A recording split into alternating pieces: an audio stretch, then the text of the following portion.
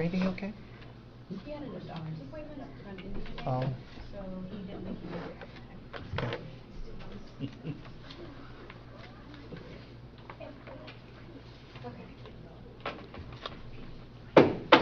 Call to order the Vermilion County Council meeting for October 2022.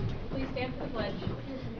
I pledge allegiance to the flag of the United States of America and to the republic for which it stands, one nation under God, indivisible, with liberty and justice for all. Roll call, Mr. Reynolds. Present. Mr. Weir. Here. Mr. Somerville. Here. Mr. Bush. Here. Mrs. James, I'm present. Mr. Greer. And Mr. Brown. Here. All right, thank you, gentlemen. There we go, see if that helps. All right, we do not have minutes. We approved them at our last meeting.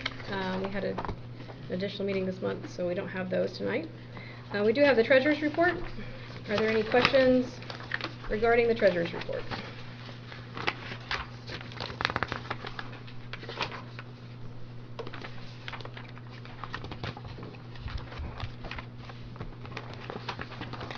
None? All right.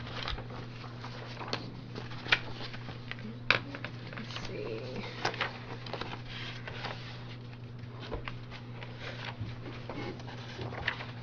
We do have some transfers.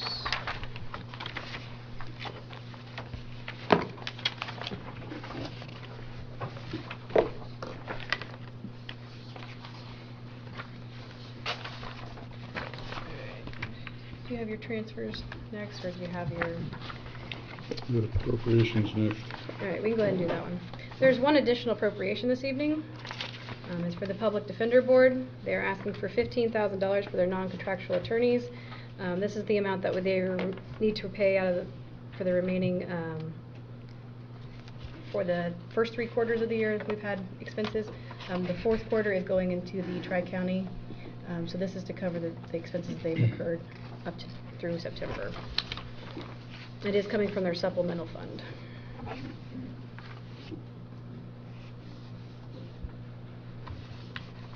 Are there any questions? Mrs. Wilson's here if you have any. Motion to allow. Okay. Second. Okay, I have a motion for Mr. Bush, a second for Mr. Weir, to approve the $15,000 for non-contractual attorneys for the Public Defender Board. All those in favor, please signify by stating aye. Aye. All those opposed state no. All right, the additional is approved.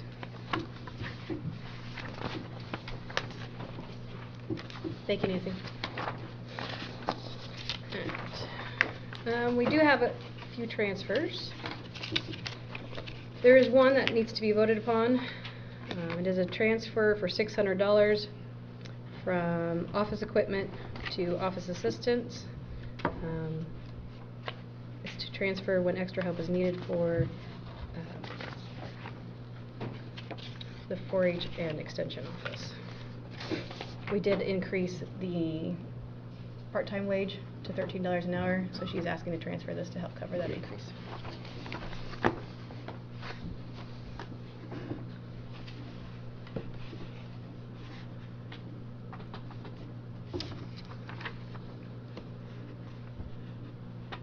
The 13 was in 22 or 23? We did it at our last meeting, so it's effective. So it's effective? For 22. Okay. I'll make the motion. Okay. I'll second. Okay, I have a motion for Mr. Weir, a second for Mr. Brown, to approve the transfer of $600 for the Extension Office. All those in favor, please signify by stating aye. Aye. All those opposed state no. The transfer is approved. And then you have several others that are reporting only. Are there any questions regarding those transfers?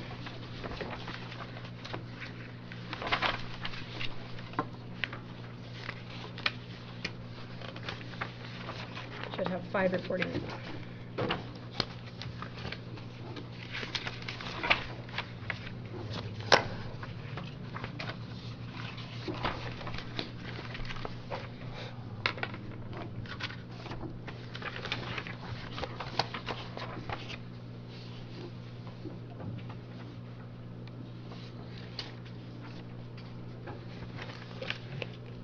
I guess on the last one, Mm-hmm.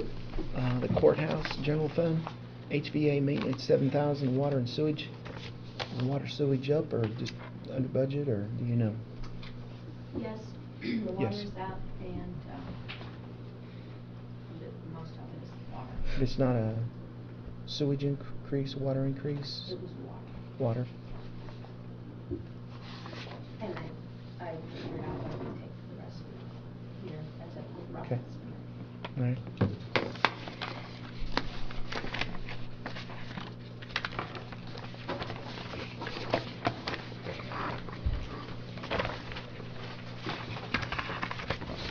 Any other questions with transfers?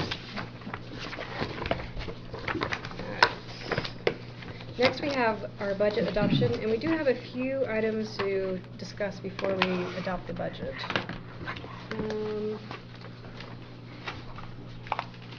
You do have a copy of all of the printed pages. If you would turn to the prosecutor section, it's right in the front.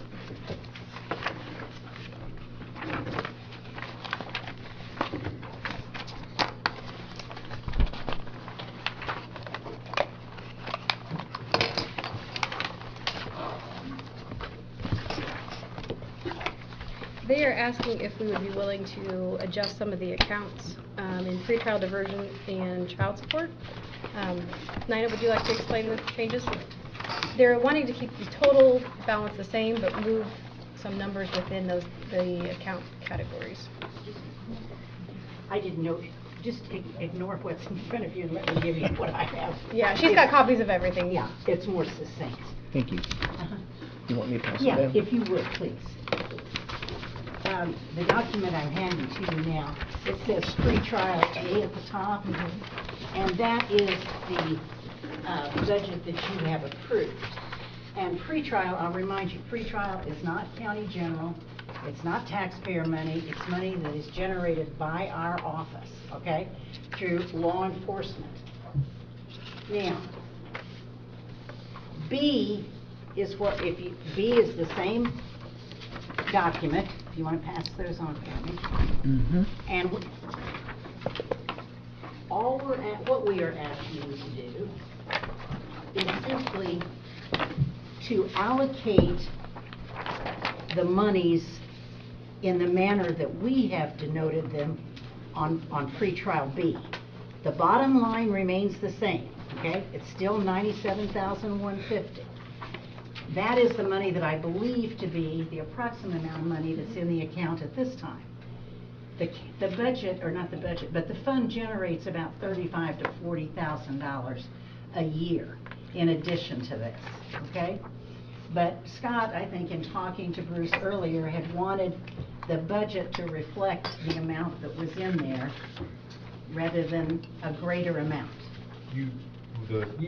Ultimately, you just have to know you can't spend it all as much as what. We've known that for I know, years. I know. I want to make sure. Okay. So. And they do. Yeah. We've never spent anything that we didn't have. So we just want you to change the allocations, because that's where we would like our money to be as we spend it out of that fund. So no changes in pretrial A copy?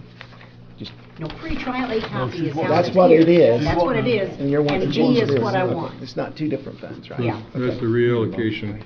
It's simply a reallocation We'll of just what's there. vote to approve it, the changes, and then that way we can change it in Gateway. Okay. And then she's got one other one that she wants to talk, so we can either do them Well, separately you or know what, together. Bruce is gonna talk to you on the child support Okay. one, because it's hard for me to stand up here and say, give me more money because I deserve it, okay? Well, without a smile on my face. So anyway, I'm gonna let him do that. Okay. But Fair you should enough. consider that So I really need what you're money changing, because I deserve it. what you're changing is 11,300 and 11,309 basically. And Well, in the last one, 12,800. Yes, Okay, that was I our- got you. okay, it just goes straight across the page. Since we're on that topic, if we can look that over and have a vote to change it, so that way we can confirm the changes to the We'll have to budget. make one. Sure. Yeah, we'll have to change it in Gateway. it doesn't, she said it doesn't change the final total, it's just that we need to change the account numbers and those amounts. So, look it over real quick and have any questions. That way we can do one at a time, and that way we don't get them confused with the next one. Okay. Work? My understanding on 11,300 line item, that there was a max by statute that we could expand, and it was 5,000? That's if it comes out of the county general. Okay, Okay. okay, okay. It's not out of Depending on pretrial. fund source? Yeah. Okay, okay. Yeah. Didn't want to violate any statutes. Okay. Oh, good Lord, neither do I. Oh, Not at this day. Thank you kindly. Thank you, Dana.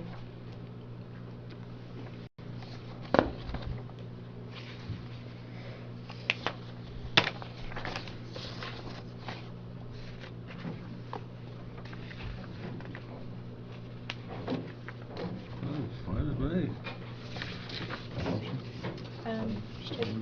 Yeah, I would need a motion and I'll make then- a motion to allow. Okay. I I'll have- second. Okay, I have a motion to allow the changes to the budget account numbers, and their balances. I have a motion from Mr. Bush and a second from Mr. Somerville. Is there any further discussion? All right. All those in favor of the changes, please signify by stating aye. Aye. All those opposed state no. All right. We will change those in Gateway. You see why she's just so important for me to keep around. I appreciate you. So the other two are a little more difficult. I think that's why she didn't want to do those. The first one is in child support. If you remember, child support it's kind of its own thing. The county gets reimbursed in child support. We are incentive money through child support. We also collect a lot of child support. Bruce, I don't mean to interrupt Yeah. you, but is there copies of those two, or do you want us to turn? There is. Okay. But I and- think he changed. what I Well, was- Okay. no, I mean, it Well, really we just have- provides an alternative. Okay. So, Say I didn't know, we can change, look at this copy or whatever you want to just look at. Fine. I don't know how many I have there actually. Okay. Oh, there's two there. 3, Bruce? Yeah. Okay. Thank you. We're good?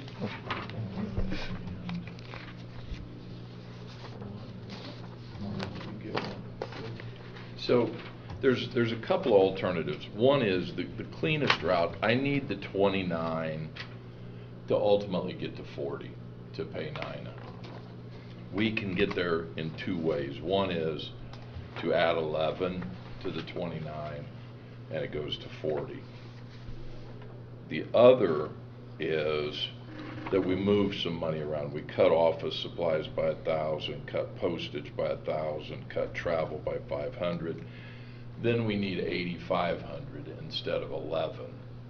And the total cost then to the county would be $2,890 if we do it that way. So it's really on, like, if you say, okay, yeah, we're going to do that, the question then becomes how much work do we want to do? Do we want to move a bunch of accounts, or do we want to add to the 29? So either way, we're getting 66% back. And part of this is to make up for a reduction in one of the grants, and that wasn't through any fault of our own. I asked the grant people in Indianapolis, and apparently everybody across the state of Indiana that had the grant got it cut in an equal percentage. So that's child support. If you have any questions. And this one, while I'm on it, it had a line item that was taken out this year. It had a prosecutor stipend for $3,000, which I think has probably been in there a long time. I don't know. That I took out. I didn't accept it. It was budgeted last year. I didn't accept it because I wanted that money to be used for other things if we could. And that has come out. So as far as the budget is concerned, that line item is out in its entirety. So it's really like, instead of the 11, I need 8, if that had been still in there, if that makes sense. So I got you thoroughly confused now. So Which- 11,309, that's just one salary then? Yes. Okay. When I spoke with Nina downstairs earlier about these changes, we talked about the 8,500 coming out of that pretrial diversion account. Mhm. And that, since if we made those changes in pretrial, we bumped that up to the 30,000.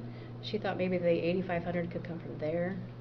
The problem is it's not going to be reimbursed. Right.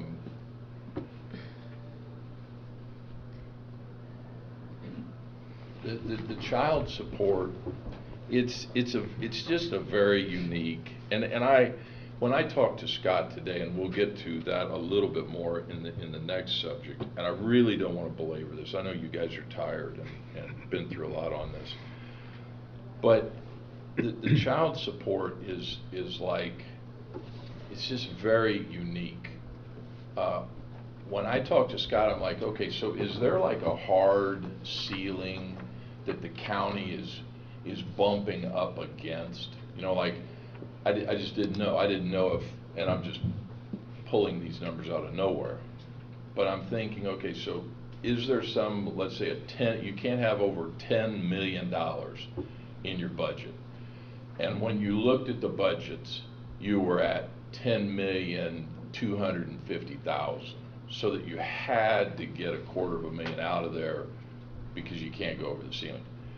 And he said there is a ceiling, but we're not banging up against it. So, I mean, part of it really boils down, I mean, not to oversimplify it, but it's like, why cut it? You know, like, why cut $1,000 of postage out of child support? You know, and so there are some things that get cut, like the person there, my administrator now, doesn't take the health insurance. That's a huge savings to the county, you know. So it's one of the few offices in the county that makes the county money. It's not necessarily the fact that since it is a general fund, it goes into the tax calculation. Mm-hmm. And so that's the hard part of this account, is that even though it's getting reimbursed, we're still generating that money through the property tax income. And so if we generate extra money, even though we're not spending it, we're not necessarily getting reimbursed for it either. But we've generated it from the tax standpoint. I totally understand what you're saying by you getting the reimbursed, and it's easier in the long run to have an expense here. Right. That's our dilemma, is adding too much extra to it because you're generating the income that we possibly won't spend. And like I said, when I talked to Scott, I didn't know if we were up against a hard ceiling, and it's just like, hey, look, everybody has to cut 20%. You know, I mean, bite down on the mouthpiece and make your cuts. Okay, I get it. If that was the case, but then I look at the commissioner's budget as the only example I'm going to compare to, and it's up by $796,000. Okay, I do want to clarify one thing. So if you look at the difference column on the actual budget sheets, there are a lot of discrepancies this year with the difference column. We changed some account titles and account numbers to accurately reflect where they should be coming out of depending on what expense it is. So sometimes there's a 0 for the previous year and then an addition this year, so it looks like a huge increase. I get it, yeah. Extension was also that way. Theirs may show like $100,000 increase, when really it's like 18. The same way that we also transferred expenses to the commissioner's budget. Some of the IT stuff that was in the capital account wasn't really considered capital assets. Right. So we had to transfer it out of there and actually put it in the commissioners, because they kind of have to collect all those contracts and different things. But so their budget didn't necessarily inflate that much. It's because of the transition of the account numbers. So we probably we didn't describe that in the email when we sent this out, but the difference column for this year is not an accurate reflection of the actual budget increase. And that's what I was going off of, but I Oh, I assume, I understand. think We it didn't is explain accurate that. on mine. And I think I was cut by like 28% on the general fund. And if you look, my general fund is razor thin. Okay, I don't have a lot of general fund money. I never have. And I always send money back at the end of the year. And I understand how that doesn't help in the budget process, but it's better, in my opinion, to save taxpayers' money whenever you save it than it is to say, okay, well, I'm going to encumber all of that and I'm going to stack paper to the moon. For what reason? You know, so I have encumbered items for like bills that are due. I mean, just because of how the bills get paid and get billed. If we get something near the end of the year, you know, and we can't get that claim made in time, you encumber it. But, you know, I turn a lot of money back in at the end of the year. So I promised I won't belabor it. That's really what I have to say on the child support. That's probably an office that honestly should have, if not a full-time lawyer in it, certainly someone at a lot higher percentage than 29 or 40,000, and should probably have another employee. I mean, it's that much work. But so that's the child support, and I'll be quiet. I have a question. Yeah, Bill. We spent a lot of time trying to put the people and the expenses and the funding categories, and appreciate that. We, you know, maybe didn't have as much information, but I certainly didn't, being new, have as much information as some of my more experienced colleagues. But here's my question. Let me get to that. To increase from 29,000 to 40,000 on that line item. Yes. Okay, that individual is funded under two other accounts. Would that be a Yes. flat increase, or would there be a reappropriation from, or reallocation from one of the other funds? No, it would be a flat increase. Okay, so That's what I'm be requesting. $11,000 increase? Yes. Okay. All right, thank you.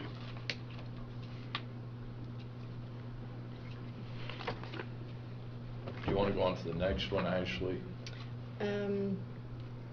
Which other one do you have? The Prosecutor General Fund, the investigator. Okay. Are there any further questions for child support? Can we go ahead and finish that one first? And make a recommendation on that one before we move on to the next one? Or do you want to hear the other one first? I guess I got one question. Okay. Bruce, Yep. the total wage for the deputy prosecutor part-time, do you have that figure? What's your total wage, Nina? I mean, what did I earn last year? What would it be if we get the child support up the 11? It would be 82. 82. Without it, it's 71. Yeah. And what did you make in 22? 75. 75. Which we had included the additional 4,000 in child support, but we had 5,000 from pretrial diversion, which you said, because we had, when we were figuring it, we still had it at 76,000, which was a $1,000 increase. We had 29,000 in child support, 20,000 in pretrial diversion, which was 5,590 of Nina's, and then 42,000 in the STOP grant. So when we figured the numbers, we had thought we were hitting the 76,000 with those. So we didn't. I mean, if you're assuming there was if you're not putting in some of that pretrial diversion money, we had assumed it was like in the last couple of years of how it had been paid out. That's where we had gotten our numbers, so we didn't inadvertently cut you down in salary. I just want to make sure it wasn't like a. I didn't take it personally. Right. No, we would just use the past 2 years of what was paid to you in pretrial diversion and use that amount in our total. So that's why we. Well, and I think, and I'm sure that I'll be corrected if I'm wrong, I think our thinking was if we transfer that to to a fund where there is both incentive and reimbursement.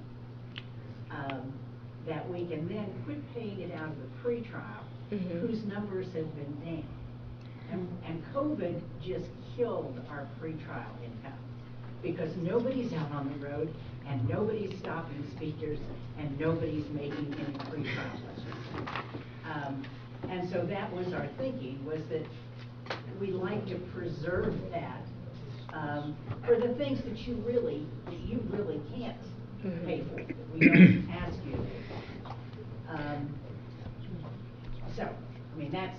I mean, I understand that concept, but then we just upped the amount in the pretrial budget that we just had.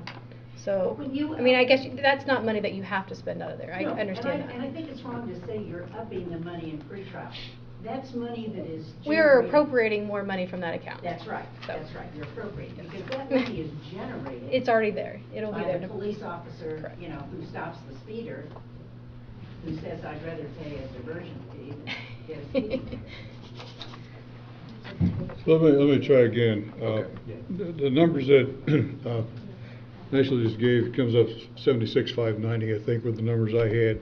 So with the 11,000 increase on child support that's being asked for, would the 5590 on pretrial diversion go away? Yes. Yes. Okay, so I was coming up with like Yes. an 87, No, and you no. mentioned 82. That makes it work. Yeah, Okay. that's what we're thinking. Okay. You know, one thing that the other thing I think is important about the child support is, not only is there reimbursement that you get, but you also get incentive funds in addition to that. And I don't know, it used to be divided among the prosecutor, the clerk, and the county general, and then the clerk got cut out when they went to a centralized office in Indianapolis. But you get incentive funds every year. And as well as the reimbursement. problem with the incentive funds is they're so limited on what you can use them for. You know, Well, it's. for us, not for them. Right, It it's. goes into their general. Yeah, you can use it, but in our office, you know, it's like, here's $1, but you can't take it to the store, and you can't take it to school, and you can't, and you're like, okay, so I got $1. What are you gonna do with it? So, now if you use that on full-time people, it's a little different, it's a little easier. You're not reimbursed if you use incentive money.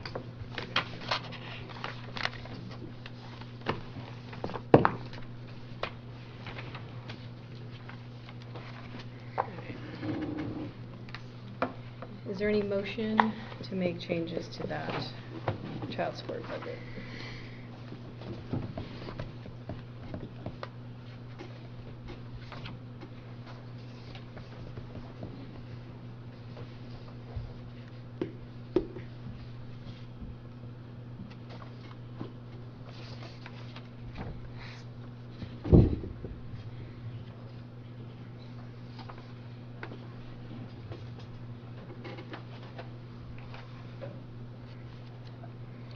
So this would be like a $6,000 increase in the wage for that position. 7, 7? I'll defer to you. just under 10%. Okay. Yeah, I guess when you look at it percentage-wise, it's not that bad, huh? And it's to make up for grant money that you lost, right? Partially. I didn't lose that much of the grant. What did we lose, like 4,000 on your grant? We lost more than that on the grant, but we lost 4,000 on my salary. On your salary, I mean, Yeah. that's what I meant. So I'm asking to recoup what was lost on the grant, plus it would be like an extra $3,000. Well, if she made 775 and we're gonna raise it to 82, that's 7. Am I Yes, looking at it yes. incorrectly? 76, I think. is what it was. 76, yeah.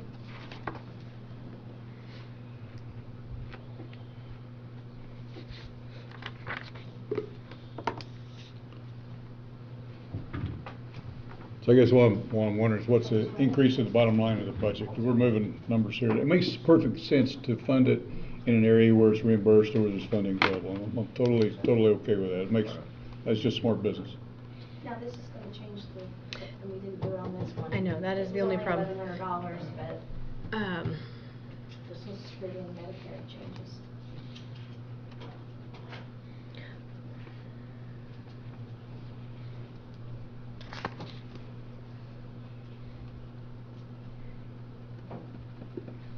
So that will increase it over what we budget, or, published. If you added it there, I mean, I don't know how much, but we just calculated for pretrial diversion, which you've already approved, the difference is like $1,100, but we can either deal with that if we get to the end of the year and there's not 1,100 spare dollars in there to be moved, we would have to do an additional appropriation. My belief is there'll be $1,100 that can be moved from somewhere else to make up shortfalls in FICA. You know, if they don't use all the overtime, for example, there'd be 1,100 there that they would have to ask your permission to move. So I wouldn't worry about it, see what happens. But I was gonna, make sure you knew that the FICA is gonna be a little short when we add it to the salary. Yeah, and I didn't think of that till Brenda brought it up.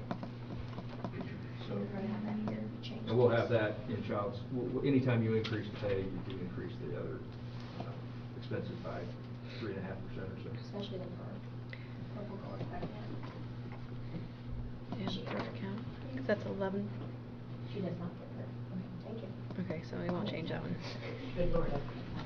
None of these were done when you went through your workshop last week, right? Let me None of let me ask these again. major cuts So were made. this is a net increase of 6,000 plus payroll overhead, we'll just kind of push that to the side.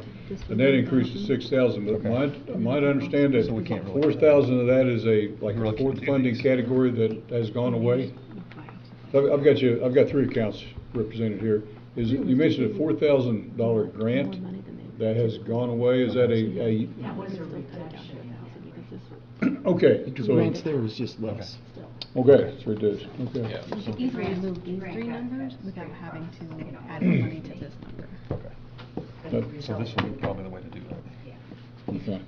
So this would be a $6,000 plus payroll overhead These increase three are to the easy. bottom line. Yeah, but I mean, It's the I think we should additional. do this. Yes. It's the Which additional is, that's hey, harder. it's less than because- Does 10%. sound right. Okay. You know, I read your stuff. I know. And math was I- never my strong point. I think that's right. Like tomorrow, this.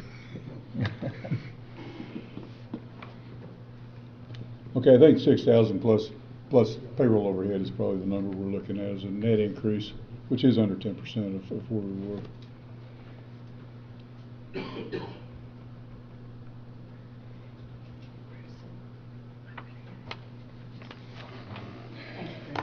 Thank you, Dinah. Okay. Should take my gel pen. We talked about that. The numbers 3, 4, and 5, the changes to the office supplies, the postage, and the travel, those are easily transferable with our budget numbers that we have listed. If the additional 8,500 is added to that, it will change the budgeted adoption numbers. That is the only tricky part right here, because we have them calculated. But the other 3 are relatively easy to maneuver at this point.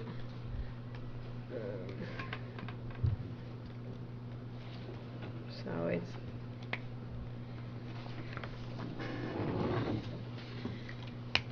up to you guys if you have any recommendations or more questions.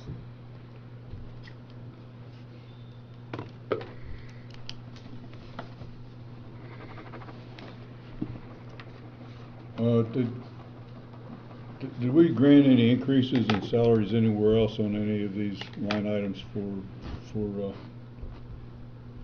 the part-time prosecutor? No. Okay, all right. That's helpful. It's in child support, because we added an additional 4,000 in that one to make up for one of the others. Like, we ended up putting the extra amount in child support the first time, which we Right. thought we Right. had. Went from 25 to 29. Yes. So what we're talking about here would 'Cause they be got cut somewhere else. the raise for that individual, is that correct? Pardon? But what we're talking about here would be the raise for the year for that individual, increase in salary. Yes, because you're saying that you're not going to pay her out of pretrial diversion at all, which we had calculated she was getting some of Right. that money. Right.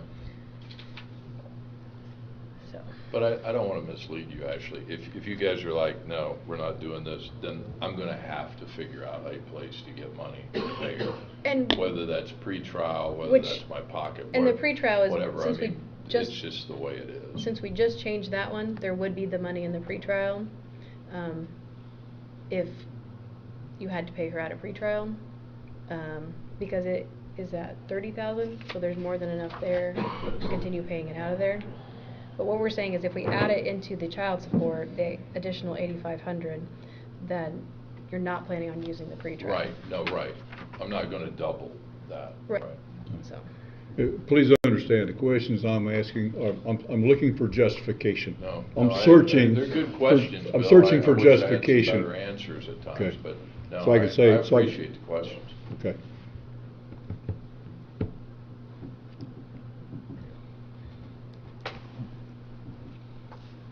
And you need to get her to 76, is what you need to get her, or want to get to her, or you want to get her to 82, something like that, get her to 82. She was 75, and we didn't change anything, you think she go to 71?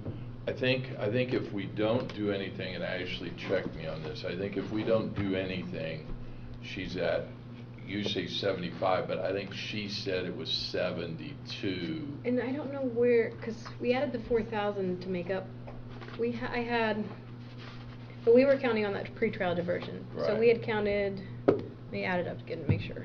You were wanting to give an X amount of raise? Yes, but not 10%. Yeah, She- yeah, that's she what I was was- asking. The intention is there, is how we're getting there. The intention, I think, was, she was in there for the $1,000 raise. I Right. know that. Yes, so we had 42,000 in the stop grant. Right. And then 29,000 in child support. And then we were including 5590 that she had been paid the last 2 years out of That's pretrial the key. diversion. That's the difference, is the 5590. Because that's how it had been paid in the past, so that's Right. what we included into it. Right. And that got us to it's actually 76,590, because somehow that 590 is, we're not sure where that. But, so we kind of excluded that anomaly of the 590 and considered that the 76,000. Does that make sense where we got our number? I think so. Okay. Yeah. Either way, she's going up a little bit. Yes. Well, I don't know, Marty, because I think if you use Ashley's pretrial, see, I had taken her out of that. So if you use the pretrial, then yes. If you don't, I know when Ashley was talking to Nina, they had a difference of what, Ashley, like $3,000 or $4,000. I think you said it was like 75, 76.9, 76.5, and she's at 72 something. So. And she was at 75 last year, roughly. Right. So we want to be there or above. Yes, I'd like to be above. Yeah.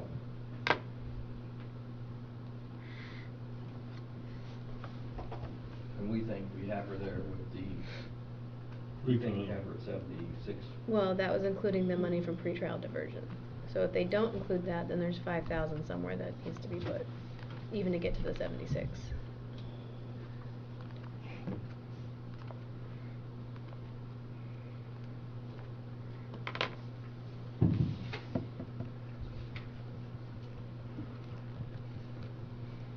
That's at 40.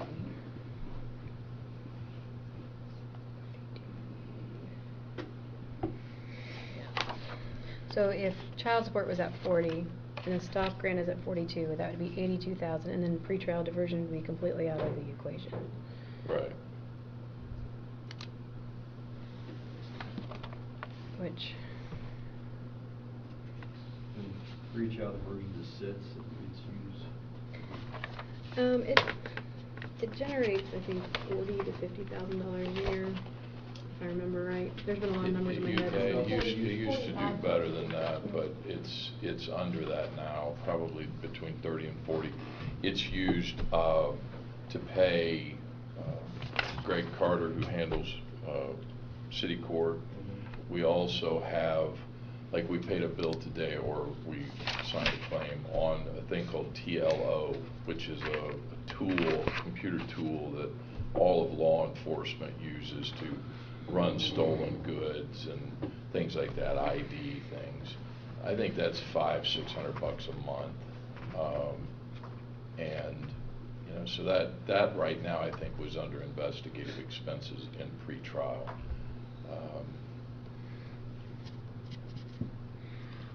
Did you say Greg Carter? Mhm. He was actually getting paid out of that deputy prosecutor part-time. Right. So we had 13,000 for him on it. That was for the last couple he years. was cut dramatically through COVID. I mean, I reduced him, and I haven't taken him back up. Okay. So the numbers I have now, if we still got 42,000 violence to stop grant. If we change the 29 to 40,000 on child support and delete the pretrial diversion, it brings us to 82. Up 76, 5 and some change to 82. So it's like $5,500 overall increase to the bottom line plus overhead. All right, that's trying to get it reasonable here. The numbers that we're really dealing with. Trying to help you out here. I appreciate that, Bill. And trying to understand what we're dealing with. And then after all that, we get the state reimbursement, right? Yes. They reimburse 66%.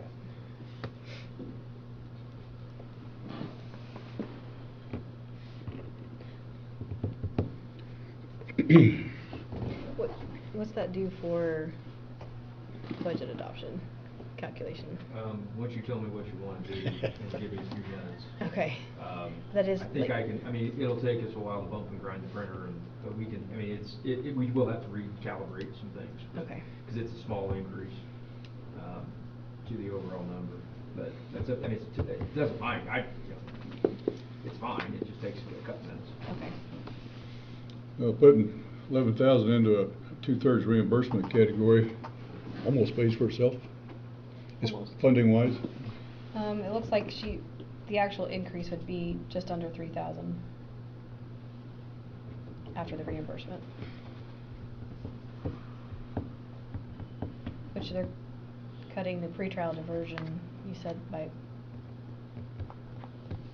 at least 5,000.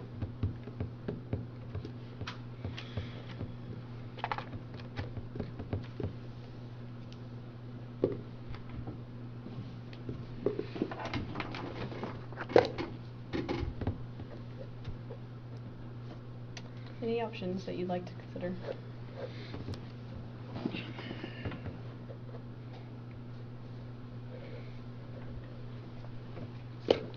With that increase, we put it out of line with the other increases that we've made. So I'm gonna change sides for a minute. For salaries? Right. Yes, it would.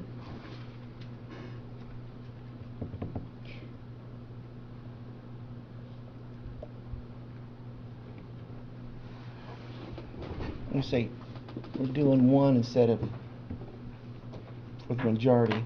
I unfortunately struggle with that. What's that? I said we're increasing one person, but we're not doing anybody else other than what we normally have already done. So You know, that's if you, where if you look at what she is costing the county, yes, I that understand. is probably the greatest gift that we can get. She's awesome. I don't keep track of her hours. She might, but she kind of it's shared with Saturday. us. It's just. She earns her money. Yeah, she's really an amazing worker. We're cutting pretrial 5,000 and increasing this 11,000, right? Well, no, because they're asking to move 2,500 from their supplies and postage and travel. So it's actually an increase to the general fund of $8,500. I mean, there is the option if you didn't want to spend your trial diversion money, then we could take that 5,000 that you were going to pay her out of that and add it to the child support section. So that way you are not using your fees that you're collecting to pay her.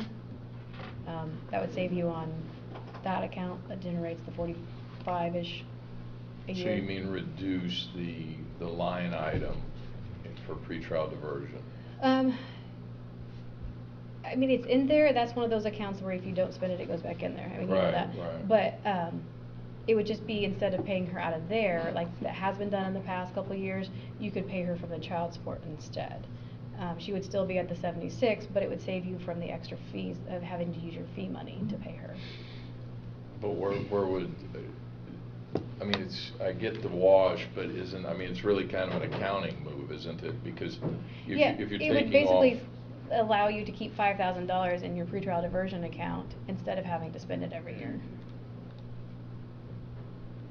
But you're saying reduce the pretrial diversion line item? I'm not saying reduce it, because if you still have, like, if Mr. Carter comes in and you need more for, Right. you would still have that in there for him.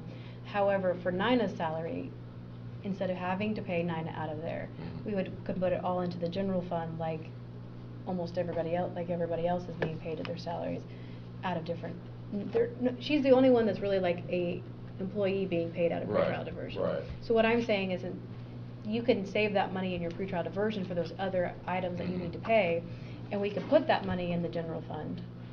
So that way it's saving you money on your pretrial diversion expense and putting all of the payroll into the general fund and the stop grant. And that's what, by me saying I'm not going to pay her out of pretrial diversion, I'm going to pay her by increasing child support. I mean, I think that's what I'm doing. It is, it's just above the 76,000 that we had allotted for her in total. Because we had given everyone else the $1,000 raise, including Nina, since she was an employee. And from what they've said is, like we just mentioned, if we give her the increase, that goes against what we've done for everybody else. And so if we stick at the 76, we could at least move it out of the pretrial diversion to save the money in that account, since it doesn't generate $97,000 a year. It only generates about 45. Yeah, I'm not tracking. So, like, the pretrial diversion generates about the 45,000. Right. However, we have a budget of like 97,000 Right. because you haven't spent it every year. It's been Right. accumulating. So, instead of paying her out of there and taking it from an account that doesn't Right. generate a lot of money, we can save you that money, not pay Nina out of pretrial diversion, pay her out of the general fund. Right. And so, instead of like 40,000, it would probably say like, I'd have to check the number, but like 35,000 or something. So it saves, it doesn't necessarily get more money for Nina above the $1,000 raise, but it would save you in Yeah, the and long that- run in the I pretrial get it diversion. now, yeah, and the whole point is getting her a raise. I mean, that's the point of it.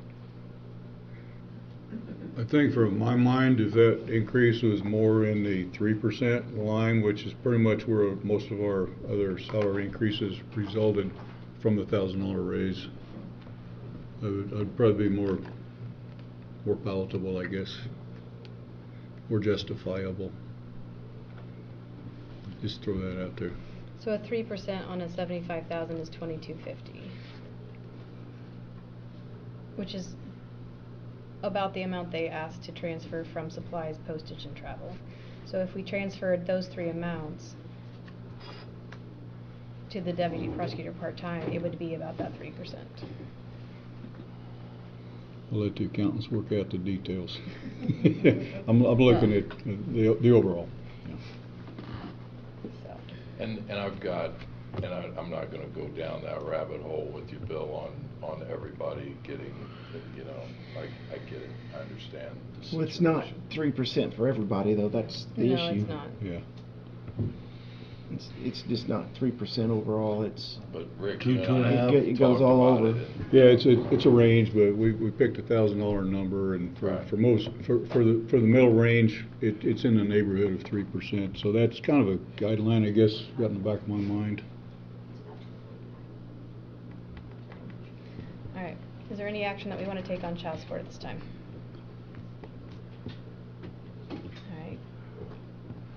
All right. It makes sense to expend funds from an area where they're reimbursed or largely reimbursed. But again, I'll let the accountants work out the details on that. My only thought would be just like you said, that 3 cuts there. To move those up to the 29 and then That- not I pay it mean, from it's there. Out of his budget anyway, Yeah. budgeted items. So mean, that's just a thought, it's up to you folks. And then, so you're saying to move those, but then not pay it out of there? Just use those three right there. Oh, just change these three to that one? Yes. Okay. I mean, like you said, it was just a little more than 3%. I mean, Mm-hmm. the 3% was a little less than what those three are. 2250. He says 2500. Yeah, it's 2250. That's what you said 3% was. Yeah, it's The close. base of salary is going up, Mm-hmm. similar to what everybody else is going. Percentage-wise, it'd be similar. So, Not exact, because there's not an exact percentage across the board. But so I would take a motion to, if there's any changes that you want to make, and then we'd have to vote to change that one. There's a lot of line items on here, but we're just gonna narrow it. We're talking about narrowing it down to one category to move. Brent was talking about moving the three items, the supplies, postage, and travel. 2,500. Mhm. 2,500, that's the range of the number I have in mind. Okay. So, I've talked a lot here. Could I make a motion? You may. Yeah. Anyone can. I'll make a motion that we're gonna do these. We're gonna, take these out and move them Yeah, it'd be. to salary, and this is gonna be on the child support category, Okay. line item, to increase that salary line item by the 2,500. Is that, Okay. give the accountants the guidelines necessary? So that would make. That wouldn't the change the actual. Line item for deputy prosecutor part-time 31.5. 31.5. And then there would be corresponding reductions, 2,500 with 1,000 off office supplies. I think that says postage, not pastry, but I'm hungry, so. Yes, it's Yeah. Postage by 1,000 and travel by 500. Correct. Okay. So there is a motion. Is there a second? I'll second. Okay. I have a motion for Mr. Reynolds, a second for Mr. Brown, to reduce office supplies by 1,000, reduce postage by 1,000, cut travel by 500, and increase deputy prosecutor part-time by 2,500. Is there any further discussion? No discussion. All those in favor, please signify by stating aye. Aye. All those opposed, state no. All right. Those are the changes. So anyone that thinks that working these budgets through is easy, it's agonizing, and we're trying to do the right thing as best we can and still be responsible with the taxpayers' funds. It's never easy. So that is a net on the budget, so that there is no change to the general fund in the end. So. All right. Yeah. And you said you had one more discussion Yes. on. And I apologize to people who got behind me. Like the guy at the grocery store, they won't take a check and my card doesn't work, you know? Yeah. Oh my gosh. Okay, so tell me when you're ready. All right. Do you have papers for us, or do we just turn to? I do not. Okay. This would be on the general fund prosecuting attorney. It's in the third page of your packet of documents there. In our new packet. Correct. Mm. Pick which tree you want to look at. So, What's the number? It's general fund 1,000 with the location of 0108 prosecuting attorney. Yeah, page 3 on the new packet. Unless you don't have page 1. It don't say page 1 to me. Yeah. There it is. Third Okay. page, later page. It's further back, isn't it? It's up front.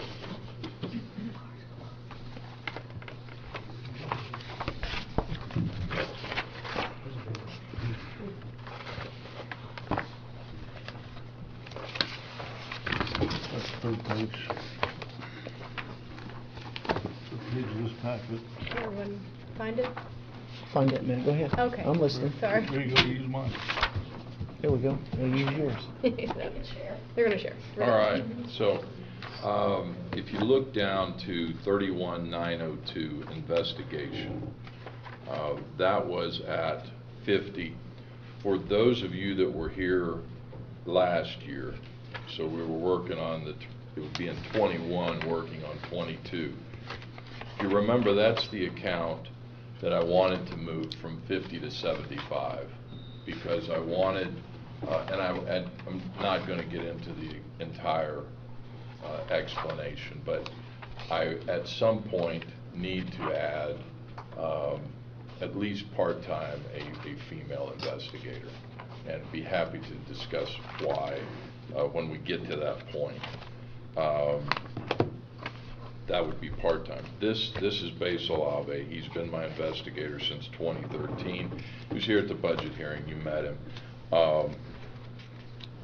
Just absolutely phenomenal guy. Like, if you said, okay, Bruce, you either get him or you get electricity in your office, I'm going to have to think about it for a minute. All right. He's downstairs in the auditorium now at a CODA meeting, domestic abuse meeting. He is just a machine. I don't know where he gets his energy, but he's phenomenal. Was a Indiana State Police detective for, I don't know, like 30, 35 years. Everything he does is just exact. I wish I could clone him and Nina. But anyway, so he's my investigator, and really kind of the way we use him is, you know, I've always had an investigator. I was blessed in private practice, and our view was always, you know, we give them a place in the office to have a computer, but we really don't want them in the office. They should be out doing what they do best. He's called out at night, weekends. If there's a serious case, he goes to it. Shooting, he's there.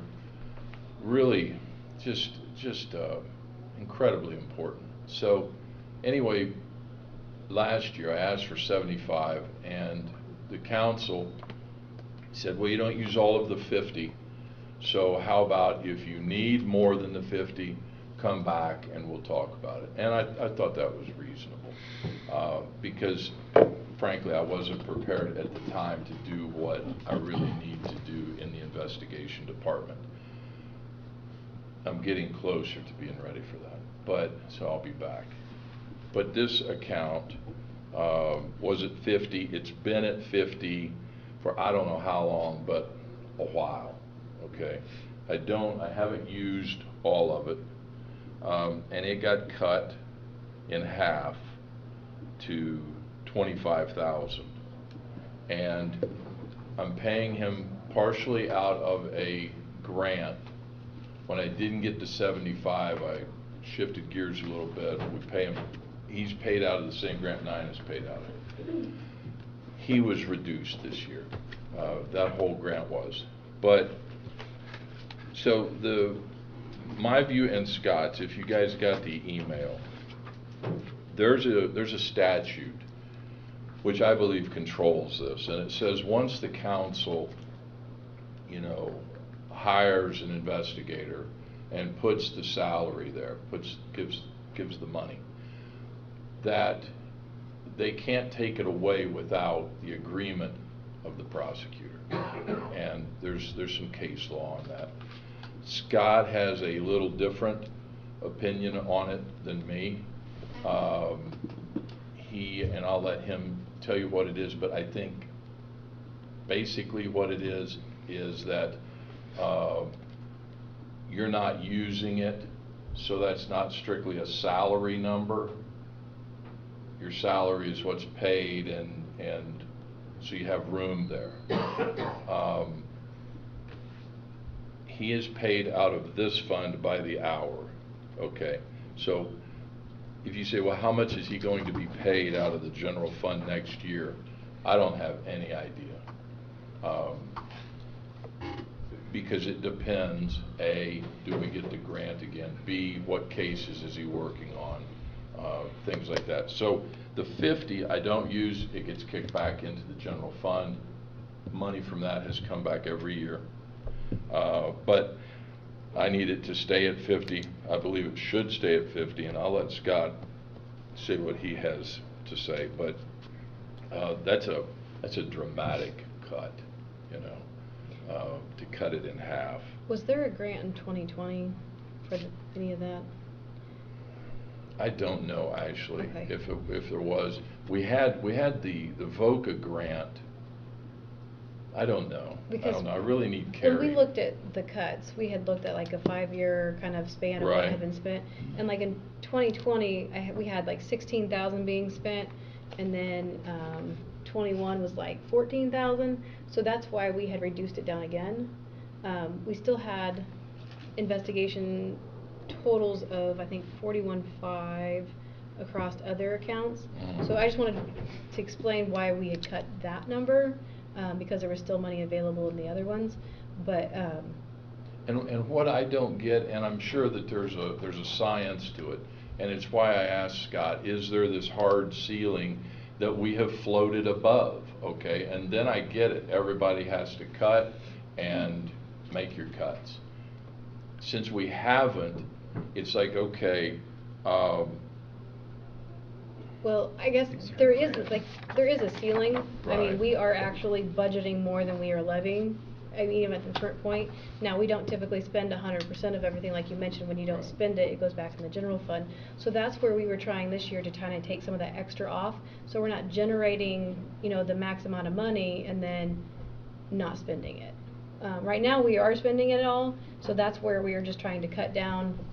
We're spending the max amount we generate, for the most part. Plus our balances that get returned, Right. so to speak, because we don't spend them. We were just trying to cut down the extra that's not being used, so that way it's more in line with what we're actually levying.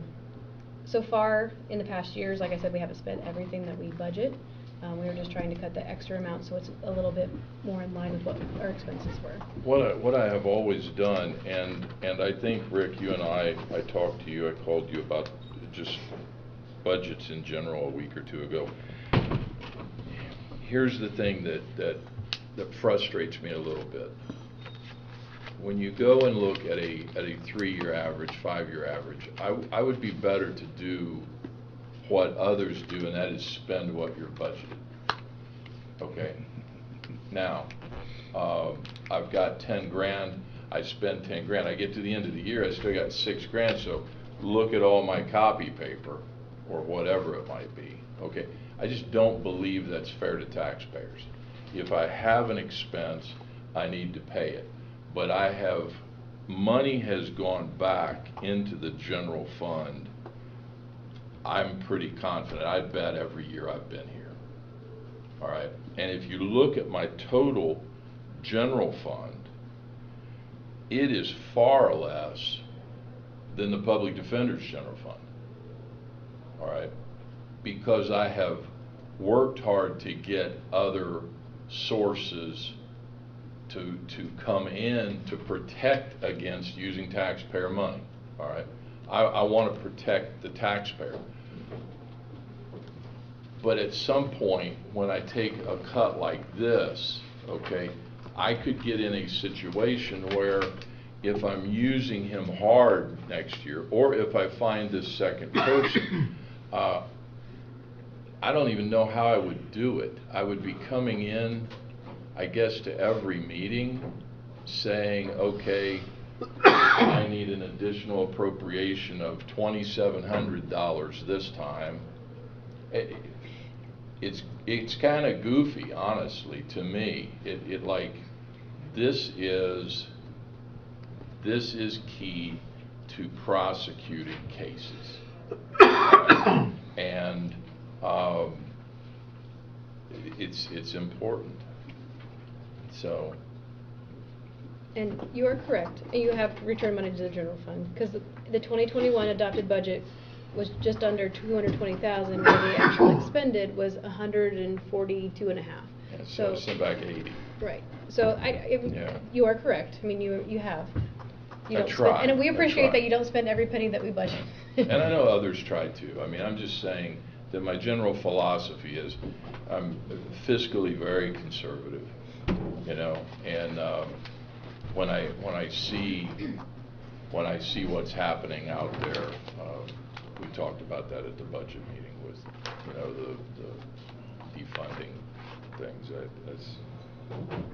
I have trouble coming, but anyway, so it's late. That's why I'm here on the 50. I'm basically saying, please leave it alone from last year and the year before. And if I don't use it, you're going to get it back.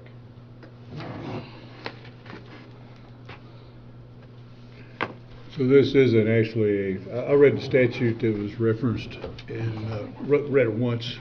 Didn't bring it with me, printed out, but that was sounded to me like it's talking about salary.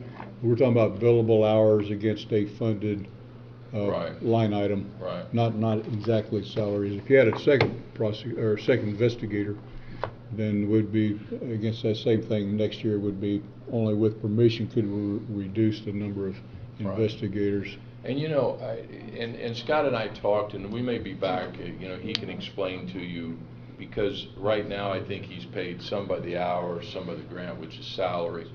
And maybe when the night's not as late as it's getting, we can discuss that.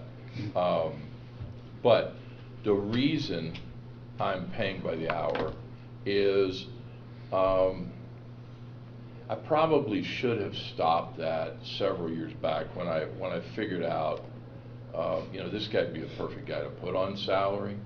I think you end up with some tax consequences there. But again, he doesn't take insurance.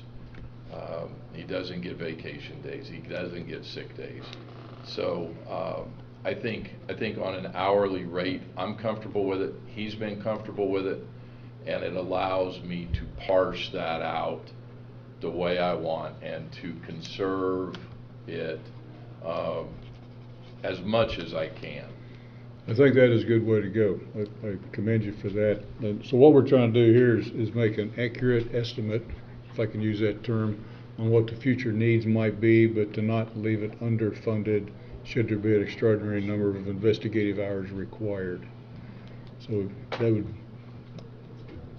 that's where the 50,000 I guess would come back in, is to make sure that that is adequately funded with a transfer back into general fund should it not be expended. Right.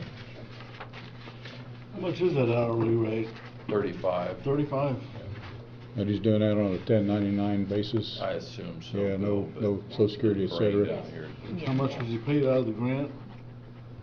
What's that? How much was he paid out of the grant? You know, I think 20. 20, and it's going to 16.5 in 23. So we have him as salaried on one side and Right. Yeah, and I contractual thought on the we other. probably need to come back and try to talk about fixing that. I think it's fine. You can do it that way. You can be a W-2 and a 1099 if you're working different jobs. Yes. And the grant is a sexual assault grant. Okay. So anyway. So that's, you know, I guess I'm before you saying I can't agree to cut it. Scott can explain his view, and I realize you're probably going to follow your lawyer's advice, like I would tell you to. You know? How many hours does he work a week on average? I can't tell you that. You can't tell. No, I don't know. I'm sure it's different depending on cases. I know it's about, he turns in about 1 hour for every 3 he works.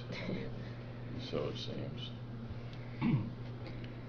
I got 29 hours back in July 20th through 28th. So there, I think it varies. This is probably a certain case or something we're working on.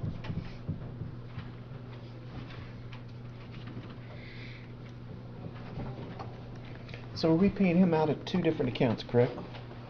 Okay. And the total is how much? Varies because of the hour. varies.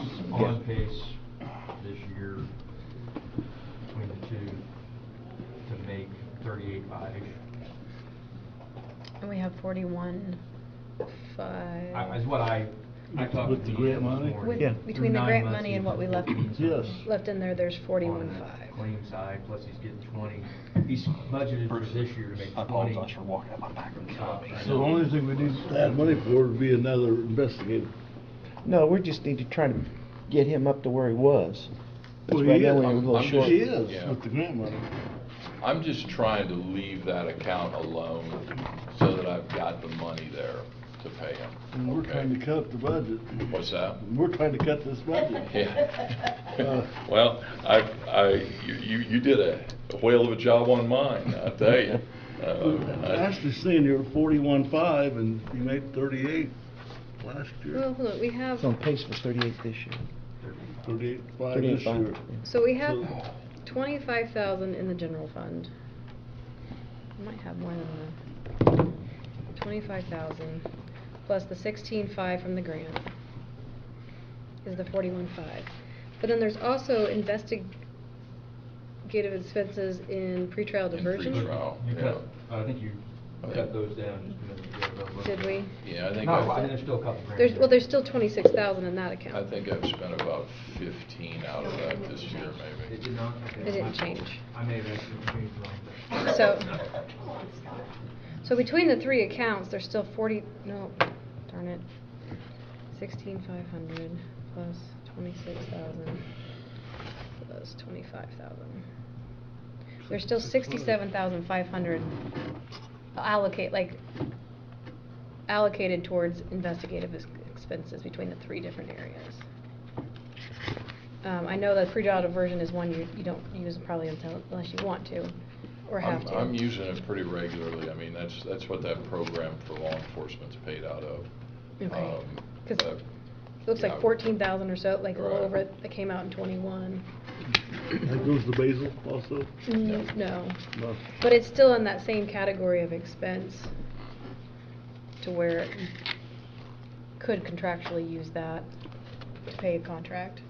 Because it's in the three series of account numbers.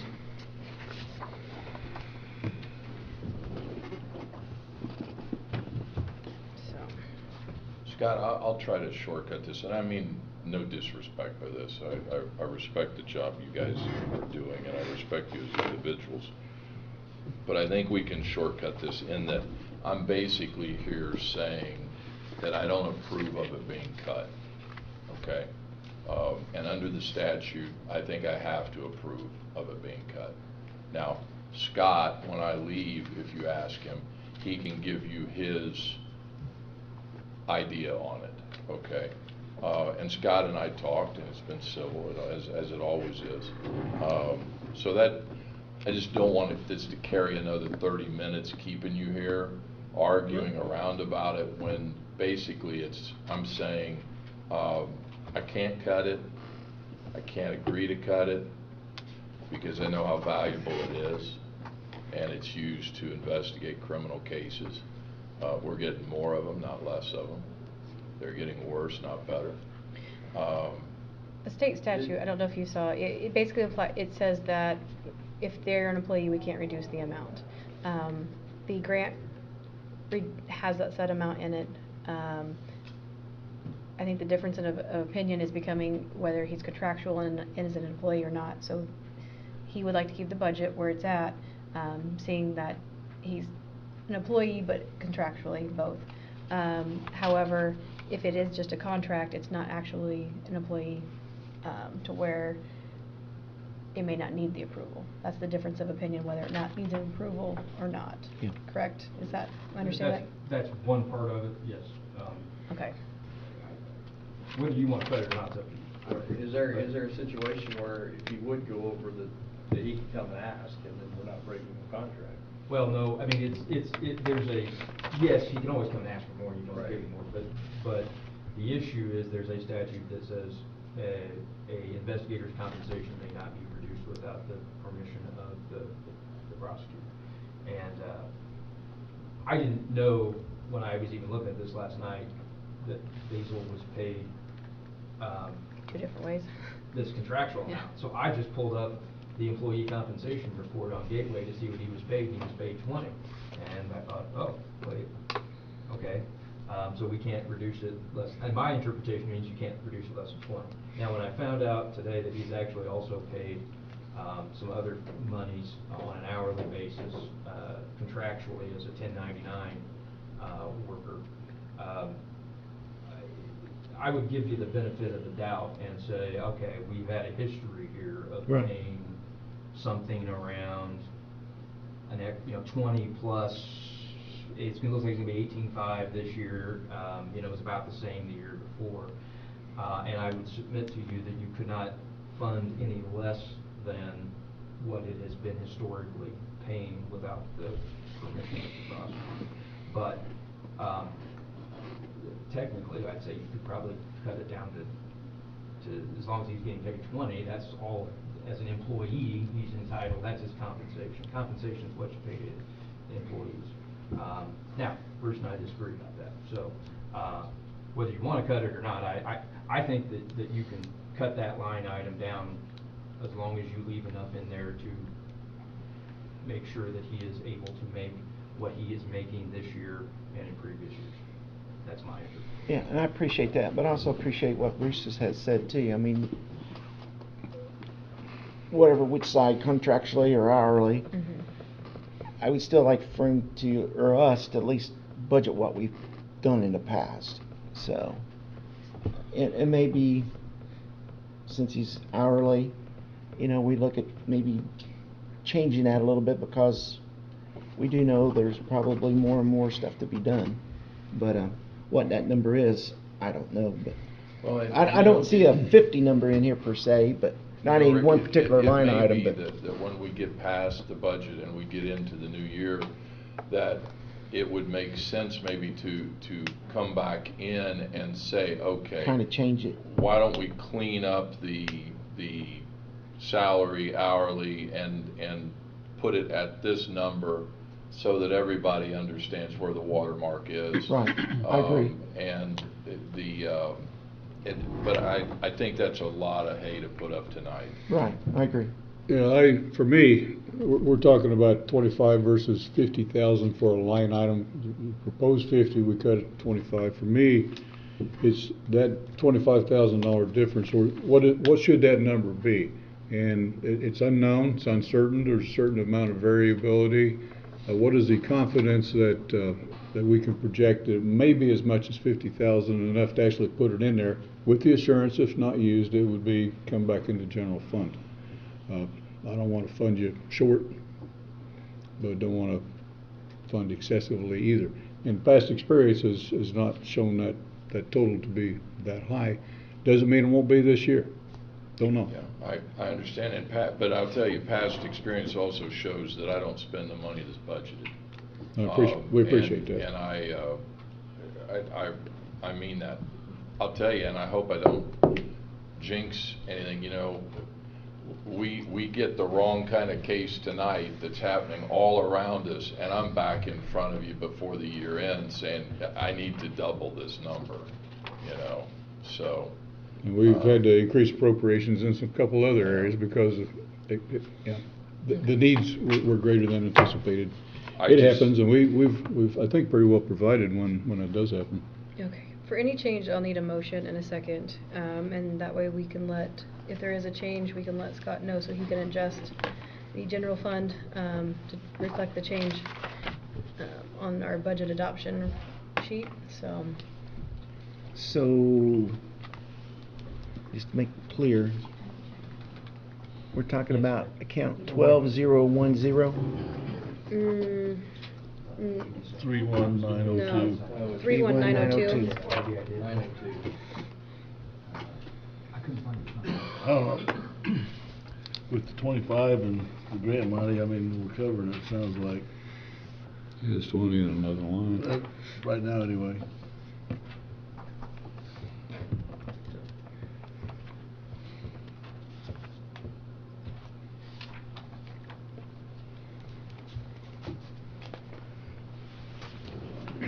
Well, I'd like to make a motion that budget item number 31902, instead of 25,000 budgeted for 2023, we make that somewhere around 40, 45, somewhere right in there.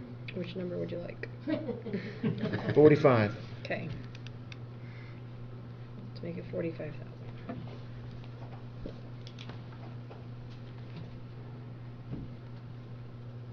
All right. And the reason why I say that, I'll just say realistically, I don't think we'll go to 50. So we'll try to budget Okay.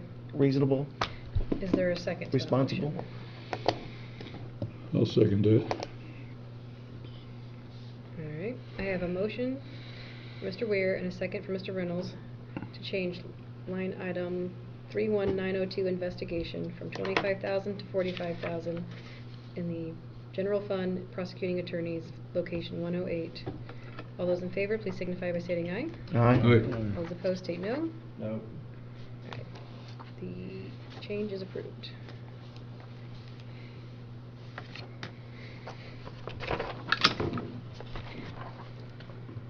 All right. Are there any other items you'd like to discuss with us tonight, Bruce?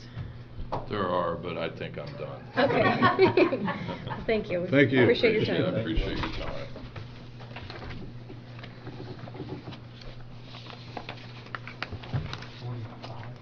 Yes. 45. Still reminds me the internet is on break, I think. I was left alone.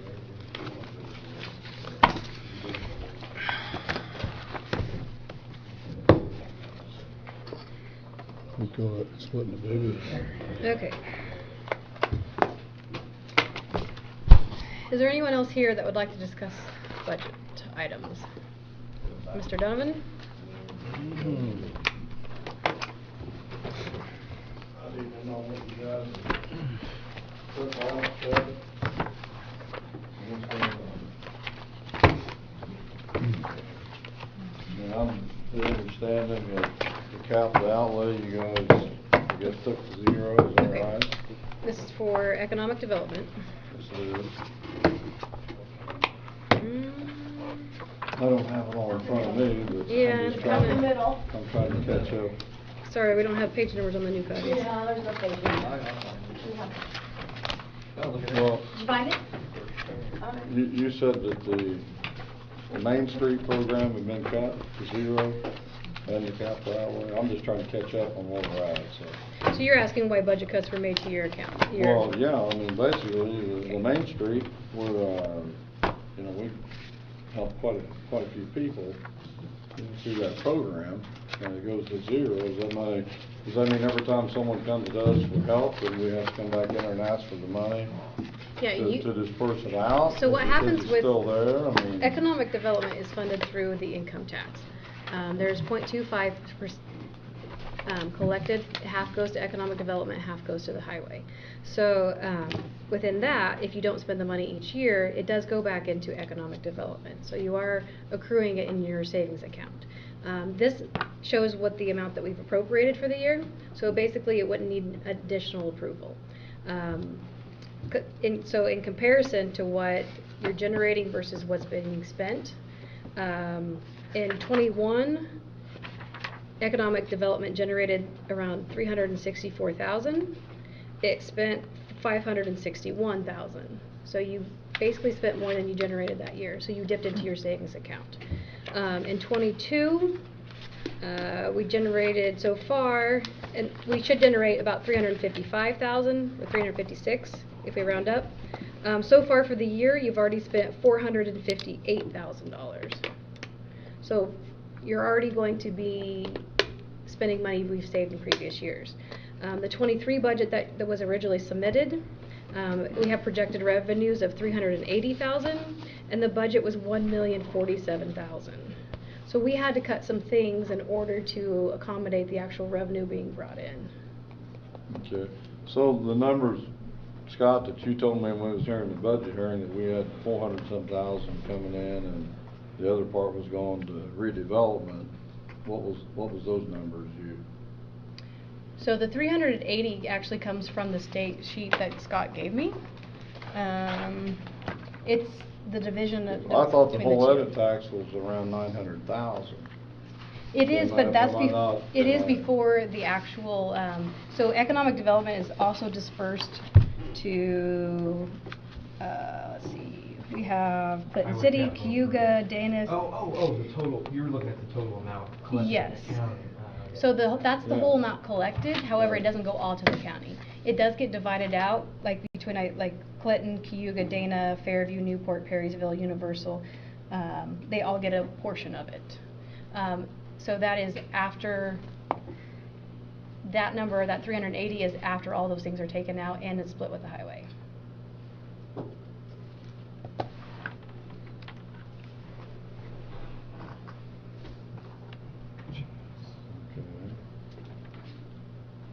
So the capital outlay, so that's where we were pulling, just like the fact that we've got a housing project started. Okay, we take the money out of this, how do we continue this project, I guess what I'm saying. You do have money left over, like from previous years that hasn't been spent. It would require the additional appropriation to actually put it in there. So if you had a project that you're looking at, you can come ask for that additional amount to be spent from like prior year savings. Well, we've already done a loan on this.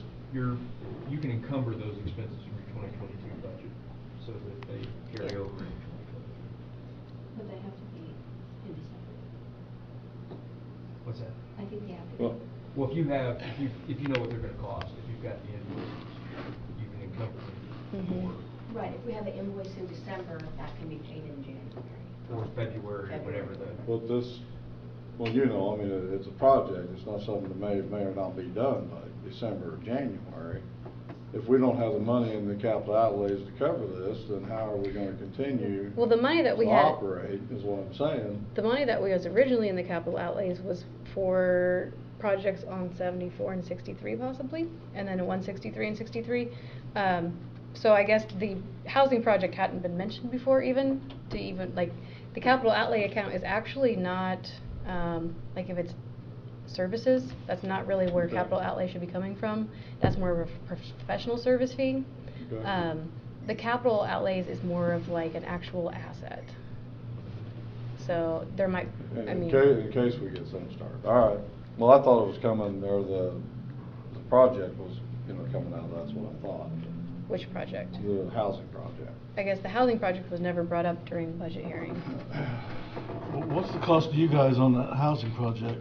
I mean, what are you paying for? Well, maybe Scott can better explain this one here. We've got money coming back in Alpha as the properties are sold. It's coming back to, we just had I'll let Scott try to explain it. Maybe explain it better. I wasn't ready to explain. I can pull it up here. Well, right now, I think it's set up, each lot that's sold $8,500 or $9,000 is paid back to redevelopment. So in total, how much do you? Is it 200?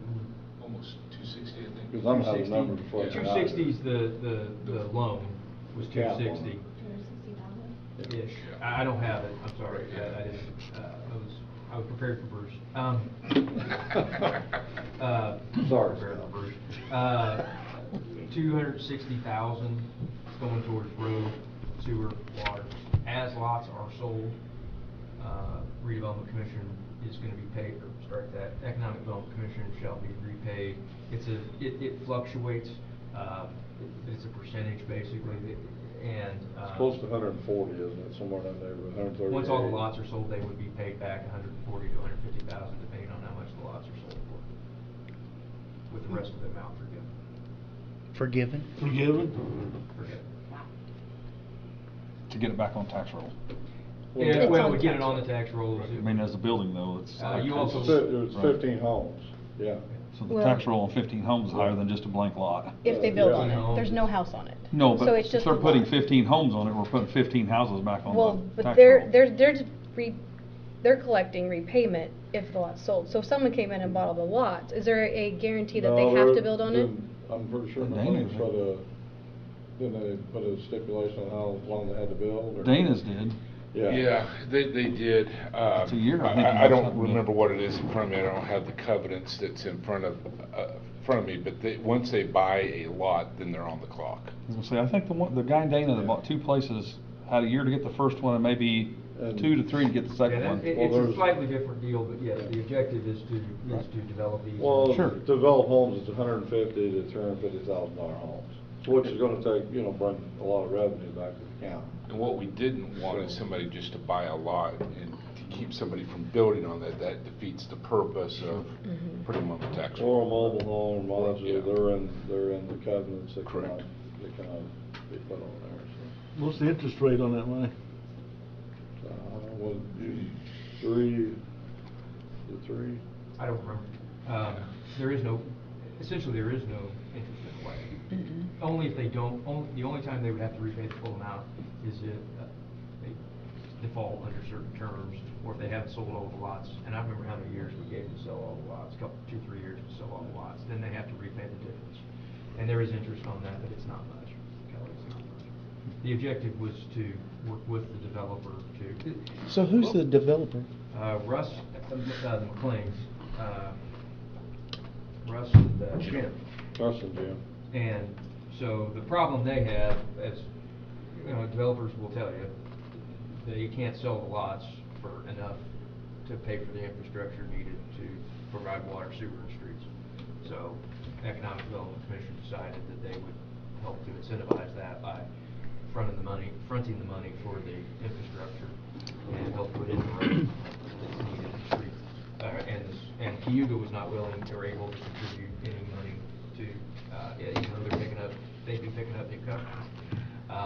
So Economic Development decided to help spur some growth by investing into the infrastructure. It's just for the infrastructure. So does the developer got a business plan, or I mean, how he's going to market these? There's actually an opportunity here to put in 48 homes, and if these would actually go, and as we get jobs here in Vermilion County, these could actually turn into over 100 homes on this. I can't remember now, Councilman Randy. There's 15 lots in this first phase, but the road kind of goes up and starts to bend, and then they've got room for another 10 or 12. Well, there's actually room for about, on what McLean's own. Right, correct. Then there's other properties to the east that could that also. are very well interested in, developing,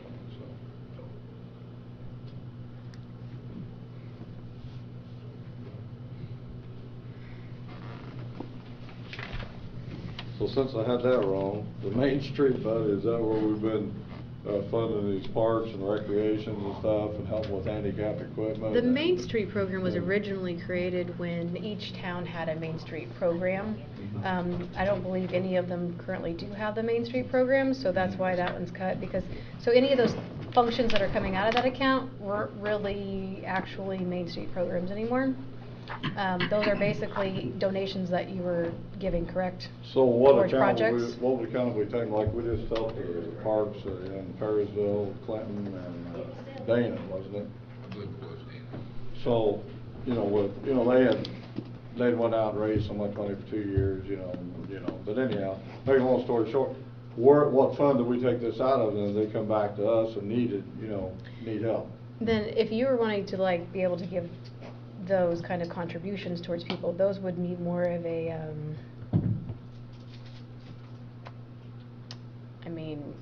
a gift donation or community projects kind of account.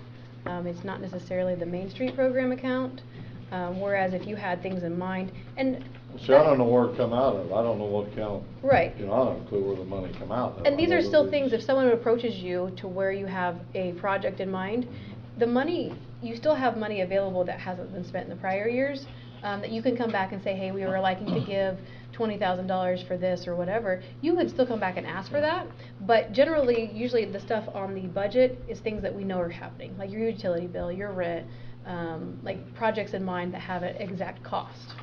Anything extra like that is something that you can come back and ask for once you have the request at hand. So the main part of the money then is, I call it like a general, that's like our monthly operating, But so the main part of the money, we're not spending, it's still sitting here. We still have it, it's still there.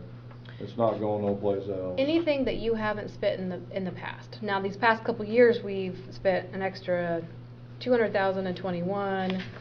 22 is already 100,000 over, so there's 300,000 in the last year and a half that you've spent over above revenues. So you're dipping into the savings that you've created in the past. We just put your budget at, like, it's within 10,000 of what you're going to generate between all of the economic development fund. The amount that we've advertised in total, I think, is 390, and the revenue is 380. So that's what's been, but that's what we have on our budget sheet for this evening to adopt, is the 390 for the economic development fund. So now, where does the redevelopment come into this? How do they play into this? So redevelopment is actually a separate. They're a line item on the budget. That's why I'm trying to. They're not on your budget. They are actually being funded through Economic Development Fund. So the Economic Development Fund is what is generated from the local income tax. So redevelopment is actually a separate department, but it's funded It's funded through the same fund. It's kind of like the general fund. Like the general fund, we fund like the treasurer, the jail, the auditor, the parks, all that thing. So everything, it's combined into one pot. I guess I'm a little don't understand this, but so the Economic Development Commission is entitled to the edit money, but now you're telling me you're taking another entity out of the line budget, or the budget itself, that's going to just economic development. So as the fiscal body, we determine the tax rate, which goes into economic development. No, I and from understand with that that. economic development fund, we can divvy that up between the different departments. And so from the fund, you have economic development department, and then you have redevelopment department. Half of it comes off the top and goes to highway. Yeah.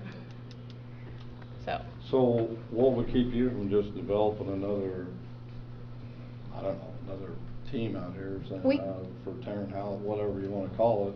Theoretically, we could transfer. You're right. Theoretically, we could transfer the whole amount over to redevelopment, or the whole amount over to economic development. We could create a third department if we needed to. It is what the fiscal body has chosen to fund with the local income tax. Okay.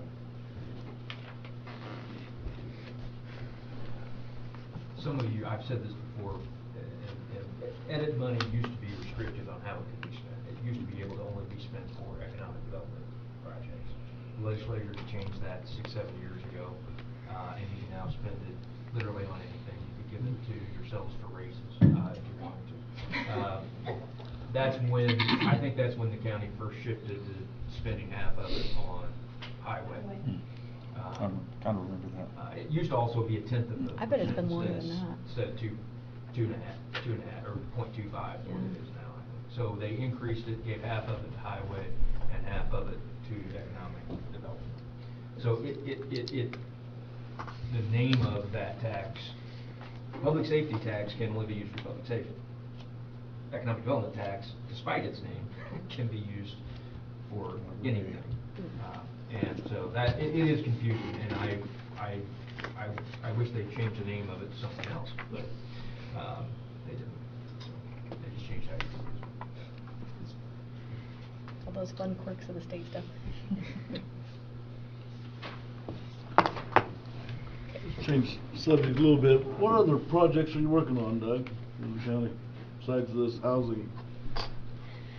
Well, we got a couple other projects that we're working on. A few that I can't talk about just because we're not right there. Thank you.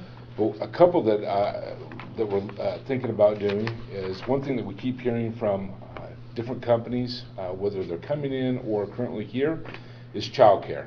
That's probably one of the biggest things that we hear a lot. And I think that's one of our biggest downfalls when it comes to being able to attract companies or organizations into Vermilion County is childcare.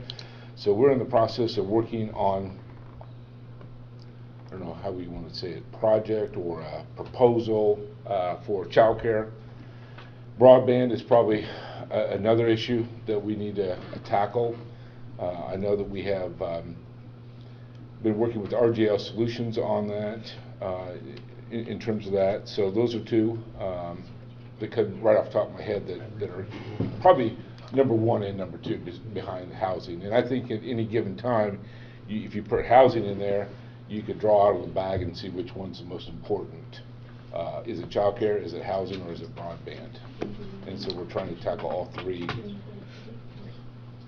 So back on the housing, are there roads currently being installed or sewer systems? They will, or- yeah, so great question. So we have filed, or in the process of filing with the state, the water and the sewage. And so what we do not want to do is put the road in until we get the water and the sewage, because we don't want to put it in, tear it up, put it back in, and cost even more money. So we are hoping, what was it, 2 weeks ago, so So we're you are, hoping. somebody is working on the Oh, infrastructure. absolutely. You guys are just shooting the infrastructure for the first 15, or you guys going past that just in case, I think or? it's good, but We're actually going past it a little bit for the second Yeah. road, so, yeah. Because actually, the planting's already been done for the whole other backside already. What about the cost of paving those roads when you're done? What's the Well- projected plan for those? Yes, we have a plan we're working on. We know that is something that has to be addressed. The good thing is, I don't think we have to address it today, in the sense that anytime you go to any development, what happens? They wait until they get so many homes built before they start paving it. So we are in the process, we have a couple ideas that we're working on, and this is kind of buying us time since we don't have that So- down yet. So is Does it that the make sense? developer doing this and you're assisting, or you're doing it and the developer is? We're assisting in the project. Okay, so developers They have, so steering it. Under the statutes, and then we can get back with Scott on this, we can't be the developer. That's what I was gonna say, I didn't think you could Under be. the state statutes, no, you have to have a developer do it. We can, we're here, the billing and stuff's run back through us, you have a little bit of control, but you have to, it has to be a secondary person. So You the can't- $260,000 loan, that is going for the infrastructure that the developer is working on? that's But correct. The way we set it up, no money Part is of it leaving comes back. until, like, they just got pipe and stuff in. When this bill comes in, we'll pay that bill. So basically, we didn't write them a check for $260,000, no. Maybe It's Scott up can to- explain that a up little. to I also $200. should That's mention. Up to that point. I should have mentioned, yeah, it's a not to exceed amount. Yeah, that's it, yeah. And I should have mentioned that there's the developer granted a mortgage to the Economic Development Commission to secure All the properties that. in our mortgage. So if they go to sell one of those, that ensures that the commission's repaid, or if they were to default, the commission would own the subdivision at that point. The Okay. mortgage would be purchase money. And then that's on each individual lot, it's not just like on, So they can release, as lots are sold, they can release if somebody comes in and buys lot one, they can release the mortgage on, and they get, and Well, once they're actually, paid- one, they've already sold one, so it's. So these buildings are all separate?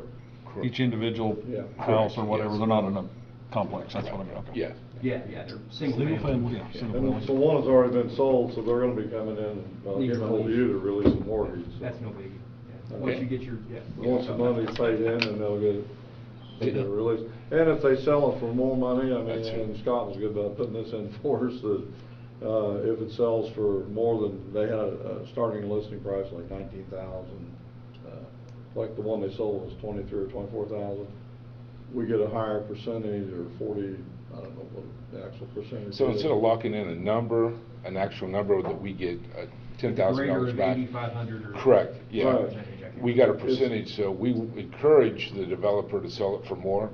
We don't care, because that's more revenue. that It's we're- more If revenue he sells back. it Yeah. for 5,000, he's still gotta pay them 85. Right, yeah. Right. So there's no. I know and the statute, there was the statute does allow for them to make loans for development and make them forgivable and get mortgages and all that. It's something that, you could debate it, I know people have, but I also have heard all these stories about, our county's declining population and schools, North Main School Corporation's Yeah, numbers we've- for their yeah. kindergarten Right. class are just astronomically low, and, We've had long talks with Dan Nelson Well, about this. It's and a way so- of spending a little bit of money, but you still got money coming back in off of it. and you've got the mortgage on the properties, so you got, instead of just giving somebody money, you know, at least you've got some control over what's going on. And it's bringing housing in, and it's gonna bring, you know, tax revenue in. And that money comes from edit tax, right? That you're loaning out? The money that you're loaning out? Yes. Okay. So, and there's been, well, Doug could tell you, there's even been some other counties interested in how we set this loan up, because it was a good, you know. Yeah, we've actually been approached by the Indiana Farm Bureau lobbying group to speak of this proposal on this, so it's kind of unique, so we're kind of proud of that fact that we've maybe got something.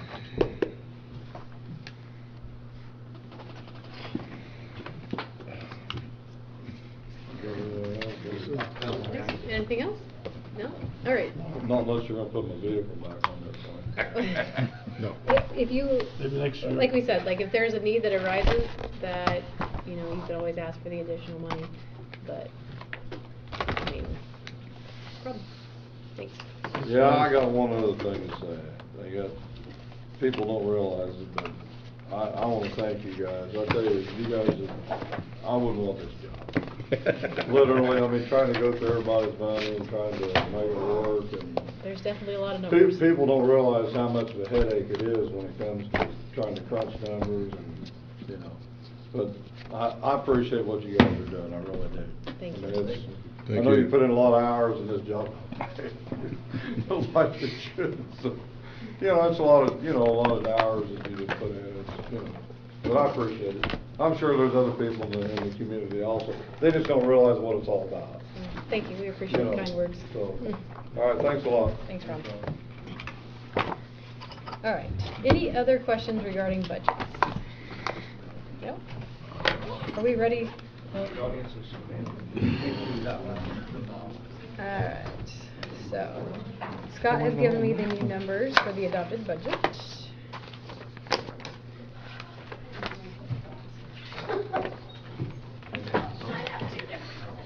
All right. We have two budgets to adopt this evening. The first one will be the Vermilion County Solid Waste Management budget.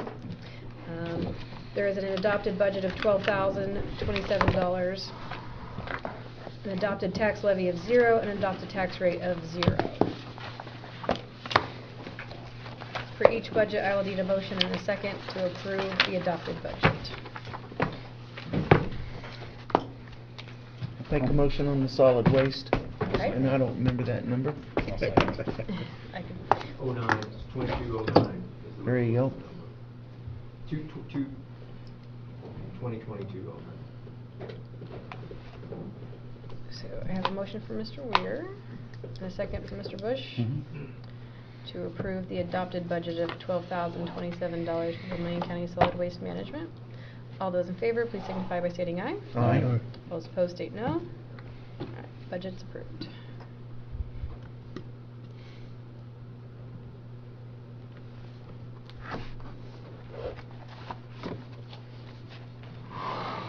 Sorry, I'm making notes on my paper so I don't write on the good copy. Alright, the next is our main budget for the county. It's everything else besides the solid waste management. Alright. Motion to approve. Hold on just a second, let me read it. Alright, I have an adopted budget of $15,721,530 with an adopted tax levy of $9,118,222 for an adopted total tax rate of 1.1624. However, this adopted tax rate is projected high. It will almost certainly be lower. We try to set our assessed values low, so there's no surprises. So when they're assessed, when we get the actual numbers, that will lower the tax rate from that 1.1624. It will be almost the same as last year. Yeah, it is Probably a touch less. Yes, in case At the county. to make sure everyone heard that, it will be relatively the same rate as last year's tax rate. The previous 2 years before that, we had lowered the rate. With this budget, we are trying to maintain the current tax rate. So, that'd be Alright, I will need a motion and a second to approve the adopted budget. Okay, now I'll make a motion. Alright, now I have a motion. Is there a second? I'll second it. Alright, I have a motion for Mr. Somerville, a second for Mr. Reynolds, to approve the adopted budget of $15,721,530 for Vermilion County. All those in favor, please signify by stating aye. Aye. All those opposed, state no. Budget is adopted. Alright, is there any other public comment this evening? Any other comments or questions? Motion made to adjourn. Motion? Do You I have did a good job. Do I have a actually. second? Someone want to second that real quick? Second. Thank you. Please, All right. make sure you sign those before you leave, because they need to be uploaded.